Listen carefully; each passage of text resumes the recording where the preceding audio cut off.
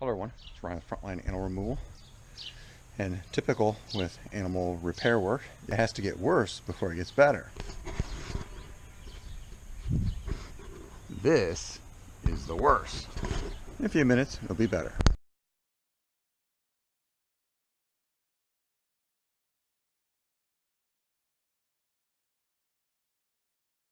Okay, follow-up. Here we all put back together. Looks like the just like it did before the squirrels ever chewed in, except for the fact that the eave on this end isn't sagging down about 8 inches or whatever, or 6 inches. It's still not perfectly level, it never will be, but when it was sagging right there in the end, it opened up a hole right at the end of the gutter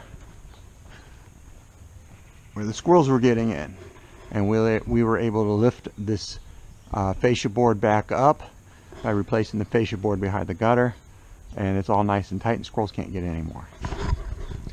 So sometimes we have to make a mess to make it better. Thank you.